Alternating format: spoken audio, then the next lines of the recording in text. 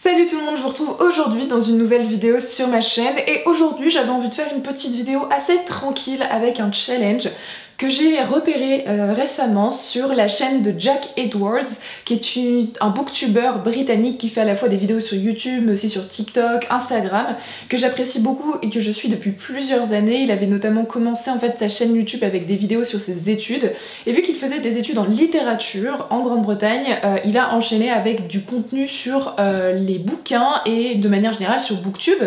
Et donc dernièrement il a sorti une vidéo avec un petit challenge, et vous l'avez vu dans le titre, où il juge les livres en fonction de leur première phrase, la phrase d'introduction d'un bouquin, pour voir si finalement ça peut être un livre de qualité ou si vraiment la première phrase ne donne absolument pas envie de lire le livre. Et il classe en fait les bouquins qu'il a sélectionnés à la base, de la meilleure phrase d'introduction jusqu'à la pire selon lui. J'ai trouvé le concept plutôt sympa et c'est vrai que ça fait longtemps que j'ai pas fait de tag ou de gros challenge de ce type dans une vidéo et je me suis dit que ça pouvait être cool de le faire aujourd'hui. J'ai sélectionné 10 livres de ma pile à lire, des livres qui sont en français et de genres différents, et aussi des livres dont vous entendez peut-être peu parler sur ma chaîne ou sur Booktube de manière générale. J'ai essayé de prendre des livres qui traînent depuis longtemps dans ma pile à lire.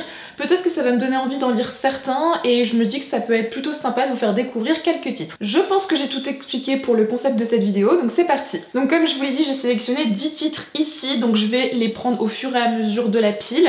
Et on va commencer avec Les filles au lion de Jessie Burton. Pour chaque bouquin, j'irai assez rapidement sur les résumés puisque c'est pas ça qui nous intéresse ici, mais on a deux temporalités, une à Londres en 1967 et une autre en Andalousie en 1936. On suit des protagonistes féminines différentes qui tournent autour notamment de l'art, de l'écriture et de la peinture.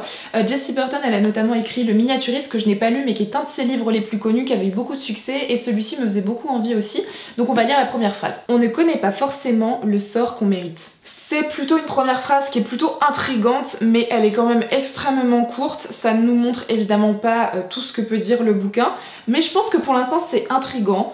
Évidemment c'est le premier livre donc je peux pas encore trop comparer. Je vais mettre les livres au fur et à mesure derrière moi, comme ça vous allez avoir le classement au fur et à mesure de la vidéo. Mais pour l'instant c'est plutôt pas mal. Pas très marquant mais assez intriguant quand même. Ensuite j'ai sélectionné le premier tome de Maléfica, donc La Voix du Livre de Hervé Gagnon aux éditions Pocket.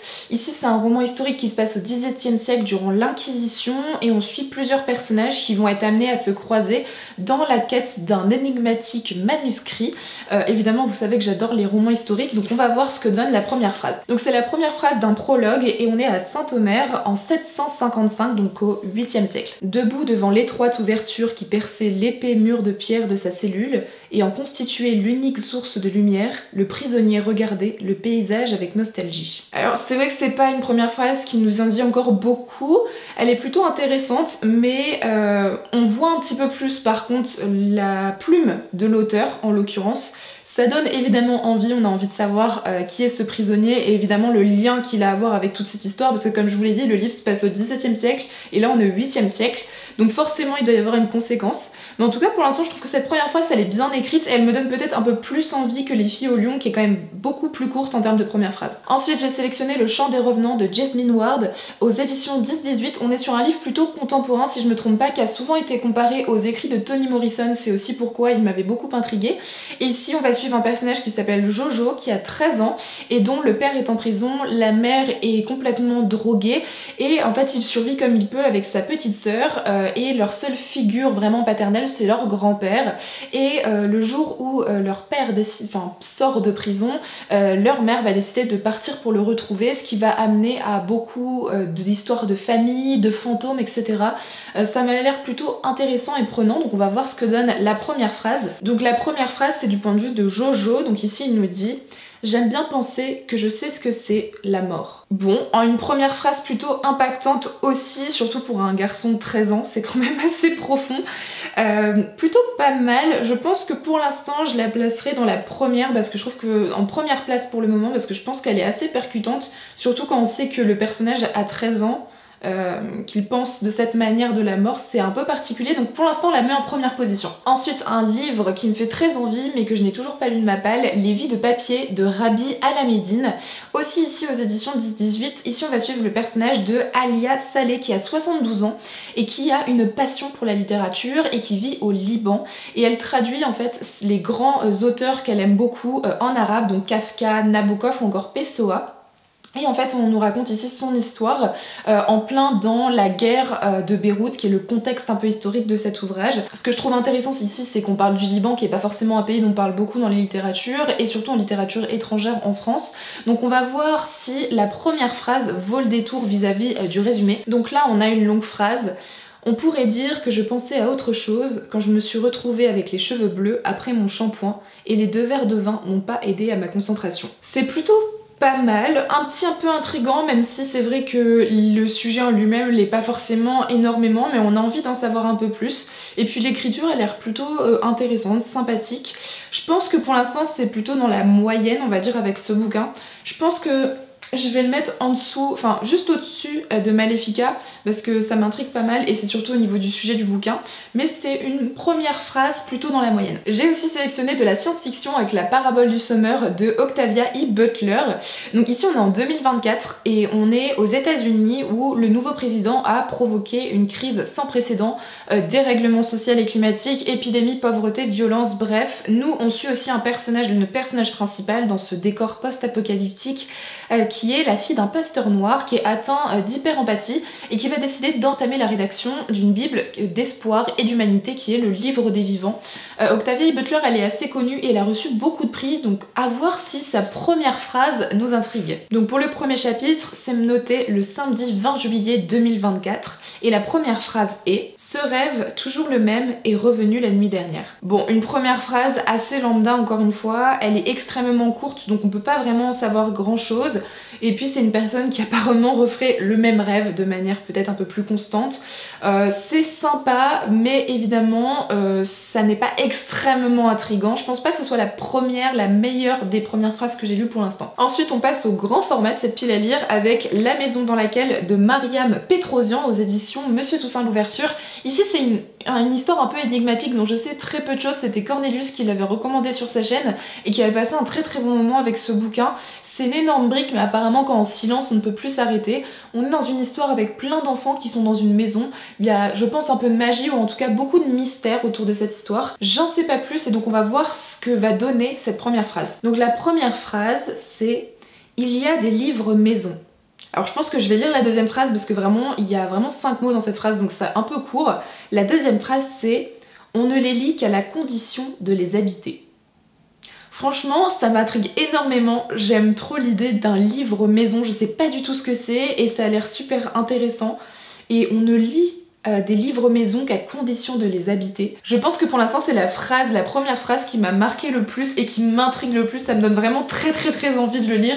C'est dommage parce que évidemment c'est une grosse brique, donc je pourrais peut-être pas le lire tout de suite, mais en tout cas, j'ai très envie au moins de lire le prologue. Évidemment je l'ai mis à la première place de la pile. On retourne dans de la science-fiction avec un livre que j'ai acheté récemment qui est L'île de Silicium de Chen Qiufan aux éditions Rivage.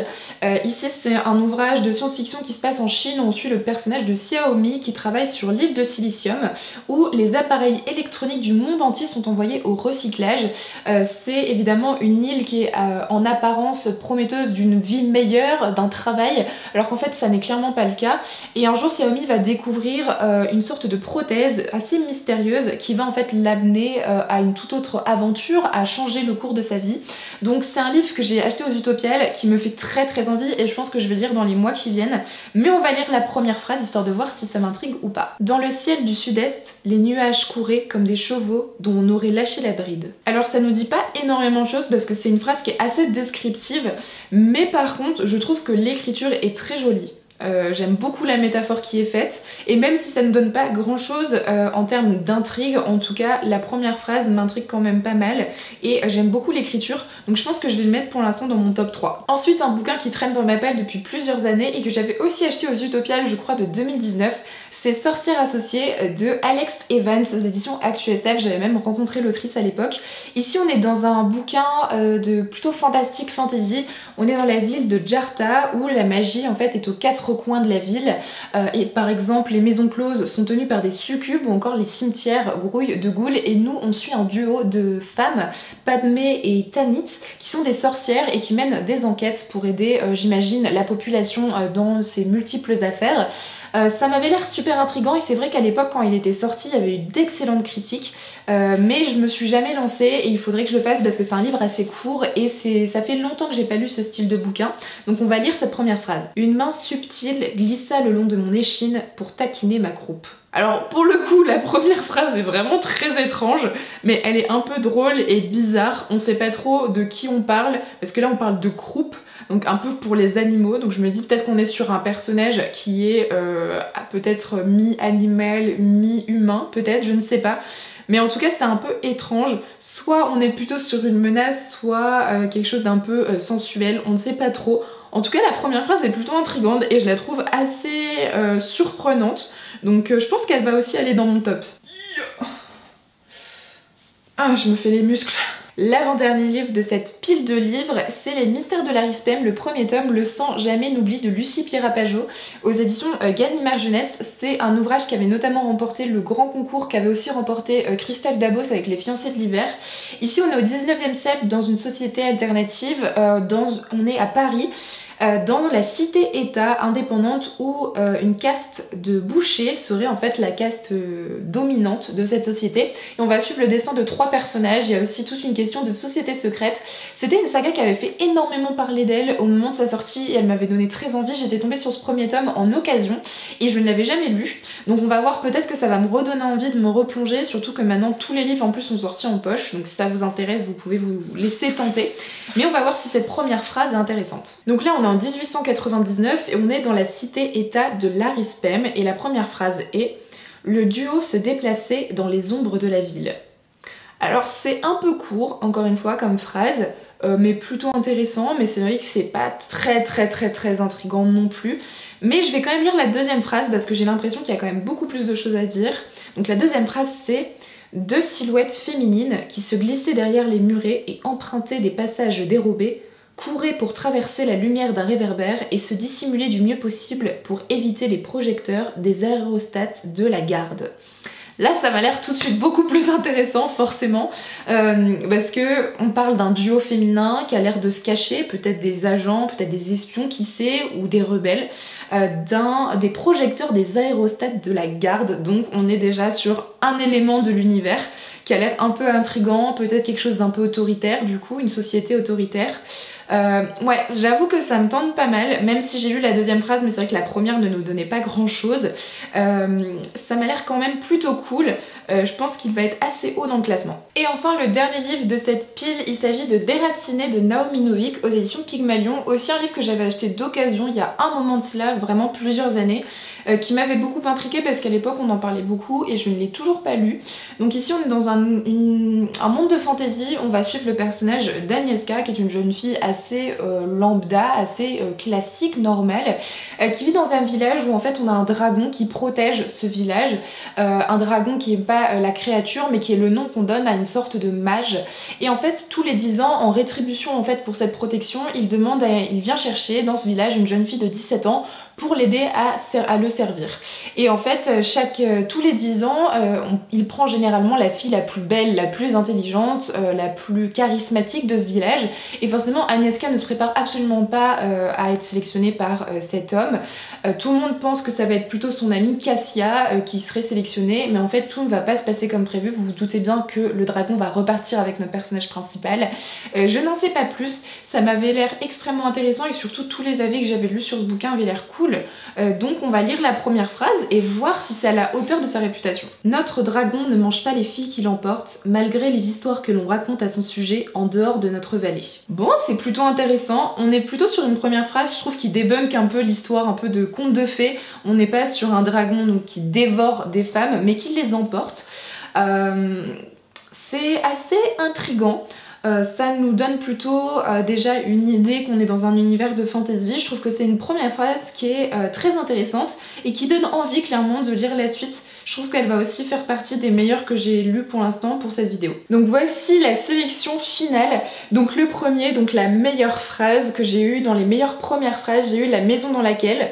Ensuite j'ai mis le chant des revenants. J'ai mis l'île de silicium, déraciné, sorcière associée, les mystères de la Rispem, les vies de papier, Maléfica, la parabole du sommeur et enfin les filles au lion. Donc finalement ça fait des livres assez variés et je m'attendais pas forcément à ce que certains se retrouvent dans le top de ces premières phrases, mais ça montre que évidemment c'est pas une première phrase qui fait le succès d'un bouquin, parce que par exemple Octavia Butler est en avant-dernière position alors que c'est quand même une des références de la science-fiction de notre époque, mais je trouve que c'est plutôt intéressant. Définitivement je pense que La maison dans laquelle, je pense le lire en 2023 parce que vraiment cette première phrase avec les livres maison m'a donné très envie de le lire. Mais donc voilà, c'était plutôt sympa à faire et ça m'a permis de sortir quelques livres de ma pile à lire et de vous les présenter aujourd'hui. J'espère sincèrement que ce petit challenge vous a plu, en tout cas de mon côté ça a été plutôt sympa à faire, ça change un peu de mes vidéos habituelles et ça me permet de vous faire un petit challenge vu que ça faisait un moment que j'en avais pas fait. N'hésitez pas à le reprendre sur vos chaînes YouTube, sur Instagram ou autres réseaux sociaux, je serais ravie d'aller voir ce que vous avez fait et quels sont vos livres auxquels vous ne vous attendiez pas mais qui sont dans le top 3 de ces premières phrases. En attendant, je vous souhaite de très bonnes lectures et je vous dis à très bientôt dans une prochaine vidéo. Bye!